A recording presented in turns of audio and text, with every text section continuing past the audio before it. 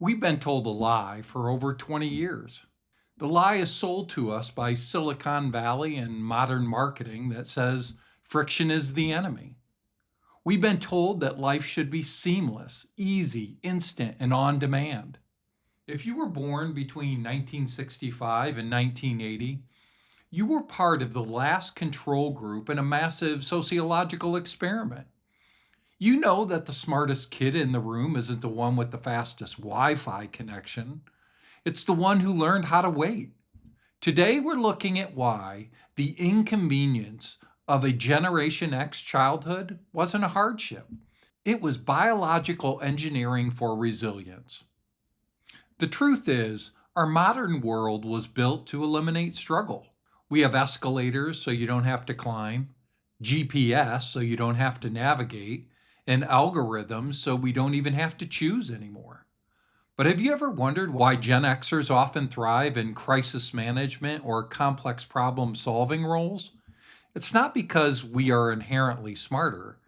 It's because our developing brains were forced to engage with the world independently of how we do it today.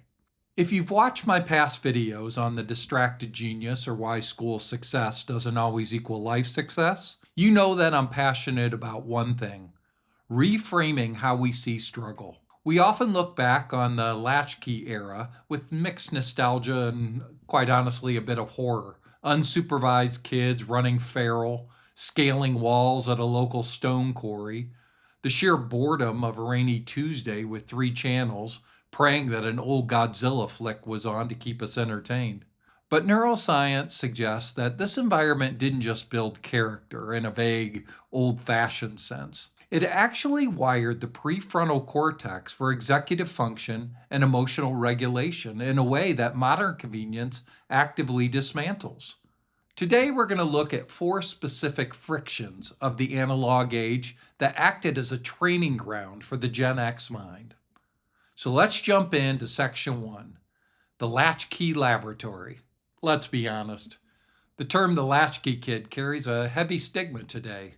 It implies neglect. But I want to reframe this. For millions of us as Gen Xers, that key around the neck wasn't a symbol of abandonment, it was a tool of autonomy. When I was a 10-year-old kid, I walked into an empty house every day at 3:30 p.m., and a complex neurological process began. My parents weren't home to regulate the environment.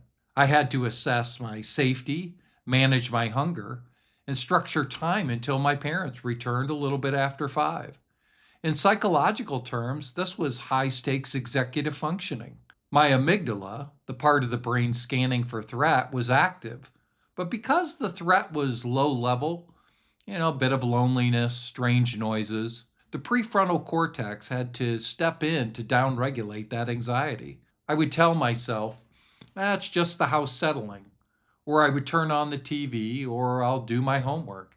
Heck, I might even do the dishes because it was closest to the back door, my closest escape route. I was a big fan of ghost stories back in those days, and I could always imagine the demon of Detroit walking around the corner. Great story, by the way, if you ever have a chance to read it. This is self regulation in its purest form. Now, let's compare that to the modern dynamic. Today, we are experiencing a system issue. We have removed the gap between need and provision. If a child is hungry, scared, or bored, a parent is a text message away. The digital tether means the child never has to fully self soothe or problem solve in isolation. The latchkey experience forced a generation to become comfortable with their own company and capabilities. It taught them that the world doesn't stop just because no one is watching. That takes us to section two: the friction of analog living. I want to use a simple analogy here: the stairs versus the escalator. If you've been to a modern airport or a mall, if they still exist in your area, you will see a line of 50 people waiting to stand still on an escalator, while the staircase is right next to it and it's empty. We have been conditioned to view physical effort as an inefficiency. For Gen X, the escalator didn't exist for most of our life's functions. If you wanted to see a friend, you walked or biked to their house. If you wanted to research a paper, you physically went to the library and touched the card catalog. I know this sounds like nostalgia, but it's actually about dopamine. When you click a button and get an answer or order food, and it appears, you get a dopamine hit without any effort at all. It creates a cheap reward loop. But when you have to physically move through space to achieve a goal, like riding your bike in the pouring rain to see if Bob is home, you are engaging in effort based reward processing. If Bob isn't home, you don't fall apart, you just ride back home and wait. You experience the friction and you survive the disappointment. This builds what we call frustration tolerance. It's ability to sit with the discomfort of effort without immediate payoff. It's not soft, it's biological engineering. It's why many of us Gen Xers are less likely to burn out when a project gets hard. We don't expect the world to be an escalator. We know how to take the stairs. This takes us to section 3, boredom as a catalyst. You really have to think of boredom as a gift. We have terrified parents today who believe that if their child is bored for 5 minutes, they are failing them. They hand over iPads like pacifiers. However, let us look at the research. Boredom is not an empty state, it's a fertile one. When the brain is not processing external stimuli, such as a movie or a video game, it shifts into a default mode network. This is where creativity, future planning, and self regulation happen. Gen X childhood was defined by aggressive, inescapable boredom, long car rides with no screens, waiting for a parent to get off the phone, summer afternoons with nothing scheduled. In that vacuum, the brain had to invent. It forced us to look inward for entertainment rather than outward. I'm bored turned into I'll build a ramp, I'll write a story, or I'll get some buddies together and we'll start a band.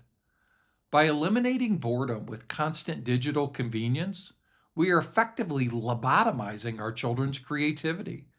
We are training them to be consumers of content rather than creators of their own reality. The Gen X superpower was the ability to sit in a room with nothing and create something. I want to hear from you Gen Xers in the comments. What was your boredom invention as a kid? Did you build forts, make up games?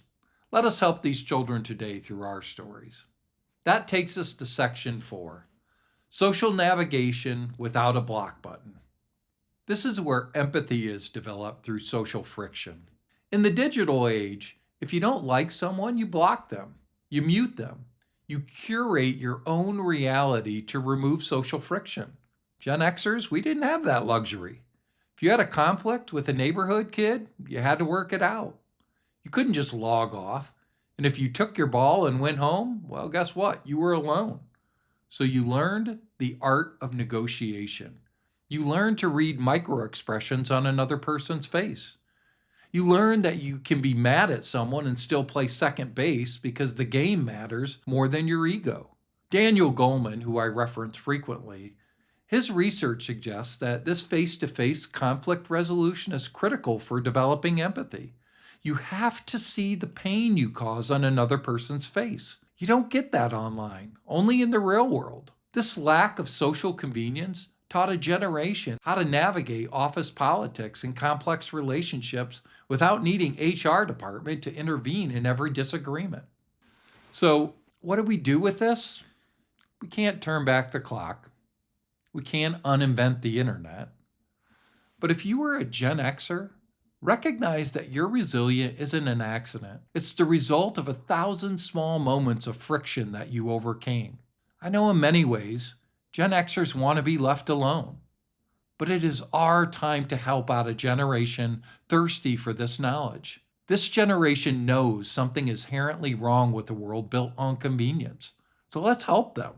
And if you're raising children today or mentoring the next generation, remember this. Do not fear the friction. Do not rush to remove the obstacles. The stairs might be harder than the escalator, but they build the muscles you need to climb mountains. If this reframing helped you see our past or your parenting in a new light, please hit the like button and subscribe. I'm Dr. Jonathan P. Strecker, author of Emergence, and I'll see you in my next video. Stay strong.